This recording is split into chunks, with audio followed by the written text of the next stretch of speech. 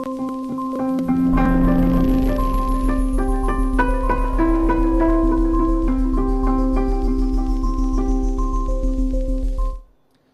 à tous, bienvenue sur ce nouveau plateau CV Silmo qui est retransmis en direct actuellement sur AQT TV.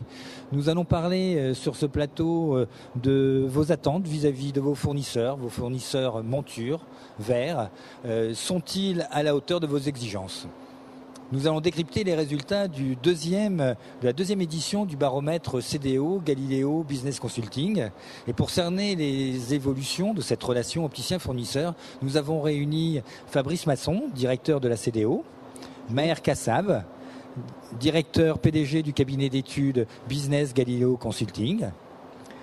Bienvenue. Nicolas Lambert, directeur d'Essilor France. Et Éric Lefort, directeur général Marchand France. Donc tout d'abord, Fabrice Masson, dressez-nous en quelques mots les principes de ce baromètre. Alors bonjour, effectivement nous en sommes à la deuxième édition.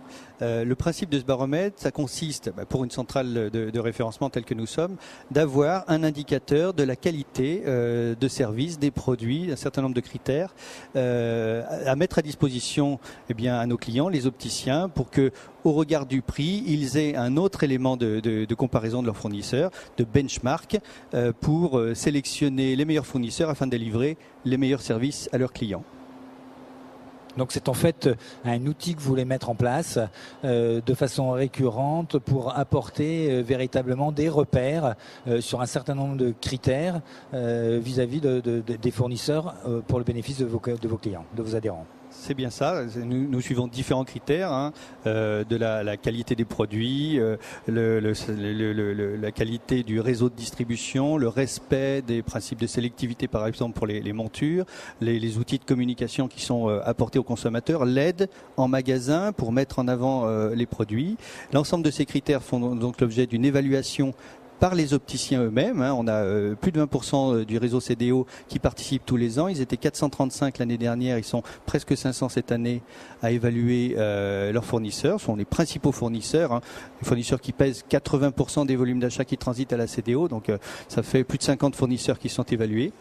Et ces résultats sont mis à la disposition exclusive des adhérents de la CDO et nous profitons également de la soirée que nous organisons à l'occasion du Silmo pour remettre les trophées de la qualité sur ces catégories-là et le classement général également. D'accord, merci beaucoup. Maher Kassab, quelles sont les évolutions notables de cette relation entre la première édition qui a été menée l'année dernière et cette année ? Très bien. Écoutez, je crois qu'il y a 3 tendances qu'on peut effectivement expliciter pour 2010. La première, c'est qu'on a noté sur l'audit 2010 une nette amélioration de l'évaluation globale des fournisseurs, aussi bien les fournisseurs montures que les verriers. Et donc on a pu effectivement voir que les industriels ont pu investir en qualité de service, en joignabilité, en disponibilité, en facilité de prise de commande. Et ça, c'est quelque chose qui est très notable et qui amène effectivement plus de qualité à l'opticien qui est ressenti. Le deuxième point, qui est encore une continuité par rapport à l'année dernière, c'est la massification des achats.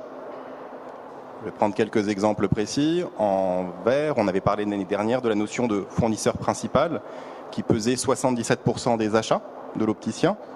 Il est passé de 77 à 79. En monture, là où il y a effectivement beaucoup plus de fabricants. En moyenne, en monture, un opticien travaille sur les 34 fournisseurs évalués avec plus de 10 fournisseurs. On est passé pour le fournisseur principal de 34% à 35% des achats. Donc on a une augmentation aussi, une concentration effectivement des achats sur le fournisseur principal. Ce qui rend effectivement le marché plus concurrentiel, plus difficile pour les fournisseurs qui restent. Le troisième élément qui est important à constater, et celui-ci est assez nouveau, c'est l'importance du critère prix dans le choix de l'opticien. Alors qu'on soit clair, la qualité des produits, la largeur de la gamme, leur notoriété reste le critère fondamental. qui amène effectivement un opticien à sélectionner un fournisseur par rapport à un autre. Justement, c'est effectivement quelque chose que j'avais noté, puisqu'on est passé de 39 à 47% d'opticiens qui recherchent le prix. Fabrice Masson, que signifie cette évolution en termes de comportement d'achat, selon vous ? Bien, tout simplement, les opticiens sont des commerçants qui répondent aux attentes de leurs clients. On sort d'une période de crise. On a entendu parler de baisse du pouvoir d'achat. Il y a tout le monde est au courant. Une pression des complémentaires santé également. Donc c'est une action parallèle à cette crise que tous avons subie. Il y a également une augmentation de la concurrence sous différents aspects, des chaînes low cost qui se développent, Internet qui commence à prendre quelque part de marché, et puis toujours plus de magasins, même si le nombre d'ouvertures s'est restreint pendant cette courte période, il y a à nouveau une reprise du nombre d'ouvertures. Donc tous ces éléments-là amènent les commerçants, les opticiens à ajuster leur prix pour répondre à une demande de ces consommateurs. Alors Maher Kassab, vous parliez justement d'une augmentation de cette massification des achats. Est-ce que ça veut dire que pour le fournisseur qui veut garder ses parts de marché, il est obligé de réduire ses prix ? Alors absolument pas. Il n'est pas obligé de réduire ses prix. En tout cas, il doit travailler son offre et augmenter la valeur qu'il apporte. Ça, c'est certain. Et effectivement, baisser les prix, c'est une option pour augmenter la valeur apportée. C'en est qu'une. Ça répond à une certaine catégorie d'opticiens, comme ça répond à une certaine catégorie de consommateurs. Je pense que ça ne peut pas être généralisé, tout simplement parce que sinon c'est ce qu'on appelle détruire un marché, le rendre déflationniste. C'est gênant pour les opticiens à terme et c'est embêtant pour le marché dans l'ensemble, pas simplement pour les industriels, mais aussi pour la distribution. En quoi c'est gênant pour l'opticien ? Une diminution effectivement des achats, alors je peux parler à la place des industriels, une diminution des achats amène une diminution de l'investissement qui peut être fait par des fournisseurs, amène aussi une diminution peut-être des aspects qui sont liés à l'offre globale de l'opticien, tout simplement son côté technique, son côté effectivement valorisation de son savoir-faire, formation, examen. Et donc je pense effectivement que c'est un des leviers de l'opticien, d'essayer d'obtenir des bonnes conditions. Je crois qu'en période de crise, il faut être très clairement opportuniste, il faut chercher à obtenir des prix. Je pense qu'on le fait tous et je pense que même les industriels le font avec leurs prestataires. Ça c'est quelque chose qui est normal. Mais il faut s'intéresser aussi, et c'est ce que l'opticien doit avoir, à d'autres composantes, et un très grand nombre le font. Par exemple, peut-être pour être complet là-dessus, je crois aujourd'hui que aussi bien les fournisseurs montures que les fournisseurs verres ont un devoir, de par leur vocation, d'être effectivement des partenaires de l'opticien sur le marché de l'optique. Vous l'avez évoqué, Monsieur Masson, l'opticien il est confronté à un écosystème qui évolue. L'arrivée d'Internet, un consommateur qui est plus renseigné, les mutuelles aussi qui investissent. Donc l'industriel a des capacités qu'il doit pouvoir apporter à la distribution et il a un rôle à jouer, qui n'est pas simplement d'approvisionner en termes de produits, déjà d'avoir un service exceptionnel de joignabilité, de disponibilité, de facilité de prise de commande, mais et aussi être un partenaire sur le terrain. Donc ça se traduit par des formations, ça se traduit par la mise en évidence et la mise en musique. On va demander justement l'avis de Nicolas de Lambert là-dessus.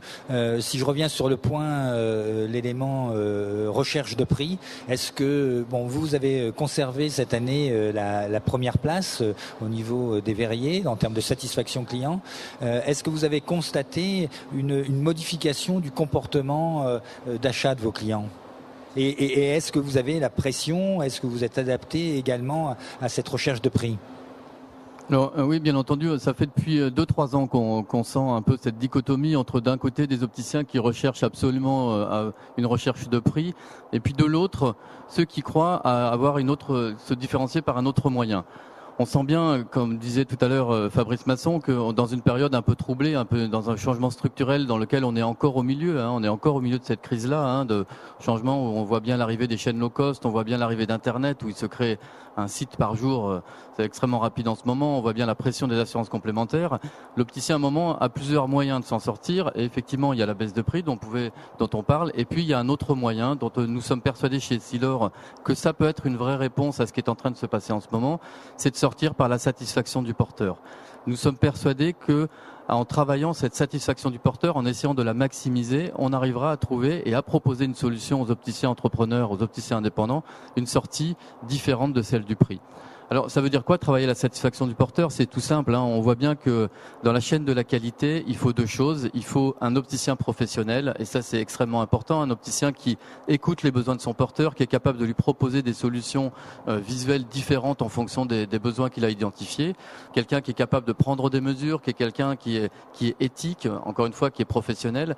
Et puis de l'autre côté, il faut en face un fournisseur qui produit d'abord, qui lui propose des verres, hein, et des verres performants. Je rappellerai simplement qu'Essilor, on investit 5% de notre chiffre d'affaires en R&D, c'est pour avoir des verres les plus performants du marché, et ça maintenant on est capable de le montrer. Et le couple opticien verrier, opticien performant, opticien technique et verre technique, à un moment produit la meilleure satisfaction. Et ceux qui nous suivent, ceux qui croient à cette histoire, et c'est une histoire dont on a prouvé, dont on a on a fait des études là-dessus, montrent qu'à un moment on peut arriver à développer son affaire, développer son chiffre d'affaires et aussi développer sa marge. Alors, est-ce que ça voudrait dire que les opticiens qui recherchent de prix le font de façon réactive, et qu'en fait le consommateur, à partir du moment où on lui pose des questions, où on est à son écoute, on lui propose des solutions, n'est pas forcément lui à la recherche d'équipements prix? Absolument. Nous sommes persuadés que ce qui est important, hein, la vue, on sait bien que quand on change la vue de quelqu'un, on lui change la vie. Le consommateur est prêt à investir pour peu qu'à un moment, il perçoive une différence de qualité dans ce qu'on lui pose sur le nez. Et nous sommes complètement orientés sur cette stratégie-là, aux côtés de l'opticien entrepreneur, en lui apportant un certain nombre de services. Et je rebondis sur ce que disait Maher Kassab. On est capable de lui apporter une offre globale chez Essilor. On a la chance d'avoir une marque qui s'appelle Varilux, sur lequel il peut s'appuyer, sur lequel il peut s'appuyer sur notre notoriété pour pouvoir attirer des clients dans son magasin. On est aussi capable de lui apporter de la formation sur les produits et puis sur l'ensemble de son business. On est capable de lui apporter de la possibilité de communiquer sur nos produits, et puis encore une fois on lui apporte des verres performants. Tout ça, ça fait partie d'une offre globale, et on voit bien que on n'est pas simplement considéré. Et c'est probablement ça la conclusion de l'étude, et c'est pour ça qu'on est toujours numéro 1 dans l'étude de la CDO, pas simplement comme un simple verrier, hein. Ils nous attendent bien entendu sur la qualité, sur la régularité de la livraison, sur tout ça, mais il faut aller bien au-delà, et c'est ça, je pense, que les opticiens qui travaillent avec nous apprécient chez Essilor. En fait, si je comprends bien, vous n'êtes pas fournisseur de verres, vous êtes apporteur de solutions. Absolument, on apporte vraiment une offre globale, on apporte un produit performant, ça c'est la base, hein. On ne peut pas être fournisseur si on n'est pas capable de livrer des bons produits au bon moment quand l'opticien le désire, mais on va bien au-delà pour l'aider encore une fois à développer son affaire dans une période troublée. On est persuadé que c'est la qualité qui finira par triompher. Alors Fabrice Masson, si on parle un petit peu des lunetiers, on est passé à un score de 44,3 à 47,2, une amélioration un peu plus sensible que chez les verriers. Et justement, quels ont été les critères d'amélioration ? Alors effectivement, il y a 2 points de progression sur les lunetiers. Je suis désolé pour les lunetiers, la note globale de la catégorie monture reste néanmoins en deçà de la note globale sur les verriers. Néanmoins, il y a des points positifs. Et en dessous de la moyenne. Et en dessous de la moyenne, c'est exact. Mais on s'en rapproche. Il y a des points positifs, hein. D'une façon générale, tous les critères progressent. Il faut quand même noter 4 principaux critères qui sont en très nette progression. Des critères qui ont attrait à la qualité des produits qui leur est propre, mais la qualité, le rapport qualité-prix également. C'est vrai qu'on voit des lunetiers qui étaient positionnés plus haut de gamme, qui ont ouvert des marques, introduit de nouvelles marques à des prix plus accessibles. Peut-être que Marchand pourra nous en parler. Deuxième critère, alors c'est assez étonnant quand on pose cette question de surcroît à des opticiens indépendants. Le deuxième critère qui est en nette progression, c'est la maîtrise et le respect de la sélectivité de la distribution par le fournisseur. C'est-à-dire que les opticiens indépendants apprécient que les fournisseurs respectent leurs engagements lorsqu'ils attribuent une marque en exclusivité, et qu'effectivement cette marque ne soit pas donnée à d'autres opticiens concurrents. Donc ça, c'est un critère qui progresse. Troisième critère qui progresse, il est assez global, hein. On parle de l'efficacité ou l'excellence opérationnelle, c'est-à-dire la capacité tout simplement à traiter les commandes, livrer les produits. On sait qu'en monture, il y a souvent des problèmes de reliquat, mais écoutez, ce critère est en progression. la gestion des litiges, souvent sur ce dernier critère d'ailleurs. Et enfin, on voit que la lunette, ça reste un métier de porte-à-porte, de représentant avec un relationnel fort, puisque le critère de visite, enfin de la sympathie, la visite, la qualité du relationnel client est également un dernier critère qui est en forte progression. Je parle de 2 critères néanmoins qui stagnent, qui progressent très très peu. Ce sont les mêmes qu'on retrouvait en queue de peloton l'année dernière. Ce sont toujours les outils de communication mis à disposition des opticiens sur la lunette. Et enfin, l'aide en magasin à gérer les collections, faire tourner les modèles qui se vendent. Et là, nos lunetiers n'ont visiblement, en tout cas dans leur ensemble, pas vraiment progressé cette année. Éric Lefort, quand vous entendez l'ensemble de ces évolutions, est-ce que vous êtes en phase par rapport aux attentes et aux demandes des opticiens ? En tout cas, j'espère qu'on se met en conformité pour l'être. Dire qu'on l'est aujourd'hui serait certainement prétentieux. On a une marge de progression. Il y a beaucoup de fournisseurs en lunetterie et il est clair que durant ces années un petit peu de crise, nos opticiens, nos clients ont eu largement le choix et l'effet de massification qu'on a vu s'est réellement reporté sur les maisons sérieuses, les maisons qui offraient une offre produit de qualité. Et là-dessus, je rejoins Nicolas Lambert, où il est clair que le critère qualité prime. La qualité des produits est très importante. La qualité de l'offre aussi, où effectivement on a, je crois, plus travaillé sur la constitution de nos portefeuilles de marque. Je parle en règle générale, ce que j'ai pu observer, et chez Marchon en particulier, on a essayé de constituer des portefeuilles de marque cohérents, avec des prix d'entrée de gamme et des produits aussi haut de gamme, laissant ainsi la possibilité à l'opticien de se constituer la gamme la plus adaptée à son client. Néanmoins, il faut être très très vigilant et à ce jour, la réponse des lunetiers, en règle générale, c'est d'offrir des professionnels face aux professionnels. Et ce que Marchon a essayé de faire, et fait toujours, et va continuer à faire, c'est de mettre face à l'opticien des professionnels, des commerciaux qualifiés, formés, pour apporter non pas seulement pour transférer des stocks, parce que c'est exactement ce qu'il ne faut pas faire en ce moment, mais plus amener des solutions de conseil sur les 2 derniers points qui ont évolué le moins justement, exactement, qui sont le plus en attente. Et on constate parfaitement cet aspect-là, et donc aujourd'hui le rôle du commercial est fondamental. Et on doit opposer à un professionnel de l'optique, à un professionnel du commerce et du marketing, et c'est exactement ce qu'on essaye de faire, notamment chez Marchon, en formant nos personnels. Alors, j'ai noté également dans les attentes des opticiens, c'est des gammes larges, à forte notoriété. Vous avez une douzaine de collections, c'est tout à votre avantage là. Alors tout à fait, c'est tout à notre avantage puisque on a un portefeuille assez homogène, bien segmenté. Mais ce qu'on a dû faire aussi pour répondre à ça, c'est dans les marques. Et je pense par exemple à une marque de notoriété internationale comme Nike. On a été amené à segmenter, à ouvrir sur le segment du bas des produits qui n'étaient pas là. Donc ça nous a obligés à nous remettre en cause en termes de design, mais aussi à consolider notre segment technologique de haut de gamme parce que du coup on a un spectre beaucoup plus large. Et ça, c'est une véritable offre qui n'existait pas auparavant. Et je crois que ces années de crise nous ont forcé, je dirais, à réfléchir en ce sens-là, et on a une progression exceptionnelle sur cette marque grâce à cette approche. Donc vous avez en fait une collection de modèles, enfin de marques larges, mais à l'intérieur vous faites une segmentation supplémentaire, complémentaire, justement pour avoir cette approche prix. Vous également, il y a cette forte demande, vous avez constaté également? Je crois qu'on l'a constaté, il y a une pression clairement du consommateur qui est très vigilant à son budget. Et il était indispensable de répondre à ça tout en donnant la caution de la marque parce que le consommateur malgré tout a besoin de qualité, on revient sur cet aspect-là, et l'opticien a compris son intérêt de continuer à convoyer de la qualité auprès du consommateur final.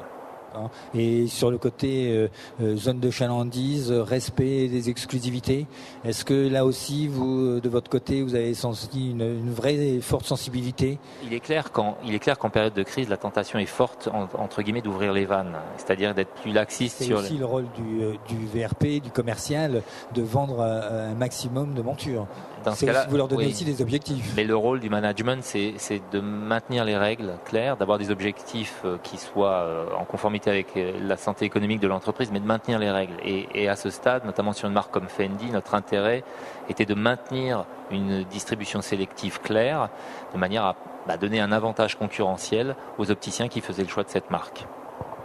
Donc, Nicolas Lambert, on s'aperçoit qu'effectivement le marché est concurrentiel pour de nombreuses raisons. On a une demande de prix. D'un autre côté, l'opticien semble demander plus de services, plus de formation, sans parler des complémentaires santé qui refusent la valeur ajoutée d'un certain nombre de produits comme les anti-reflets, on a vu, ou les verres transition, on l'a vu avec le dernier appel d'offres de Calivia. Est-ce que dans cette globalité, dans l'ensemble de cette demande, en tant que fournisseur, vous vous y retrouvez? Oui, on s'y retrouve, bien entendu, on s'y retrouve parce que on a, encore une fois, nous sommes persuadés que cette sortie par la qualité est vertueuse. Il y a beaucoup d'opticiens qui croient à cette sortie-là. On l'a montré d'ailleurs par une étude récente qu'on a fait où on a comparé deux types de produits avec deux types d'opticiens et on s'aperçoit que ce modèle de qualité est non seulement, ce qui est extrêmement important, perçu par le consommateur, c'est-à-dire que finalement le consommateur dont on peut penser qu'à un moment il peut dire que tout se vaut, et ben non, il voit qu'il y a des différences dans les équipements optiques, il voit qu'il y a des différences dans les verres qu'on lui propose.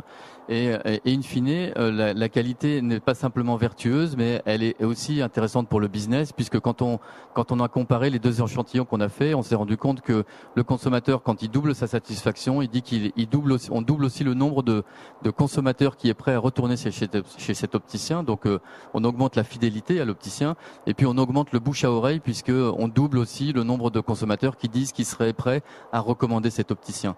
Donc on voit bien qu'on augmente la fidélité, on augmente le bouche à oreille, donc le trafic potentiel, et même in fine, quand on pose la question du prix, même s'il faut faire attention dans des enquêtes de satisfaction sur le prix, il y en a 30% qui seraient prêts 20 à 30% prêts à payer 20 à 30% plus cher. Dimanche, nous aborderons ce thème avec justement la notion de satisfaction du client et la chaîne de valeur que ça va créer, et le cercle vertueux. Et le thème, c'est justement des clients, des consommateurs heureux, des équipes heureuses et des propriétaires de magasins heureux. Et donc des fournisseurs heureux, on l'espère. Absolument, c'est le cercle vertueux qui est contraire la spirale infernale dont on parlait tout à l'heure, dont parlait Maher Kassab, où à parler que de prix, finalement, on va tomber que sur des low cost, et à ce moment-là, ça serait destructeur pour le marché français. Eh bien, merci messieurs, merci beaucoup d'avoir participé à ce débat, de ces échanges qui nous ont permis de révéler l'évolution du comportement d'achat des opticiens.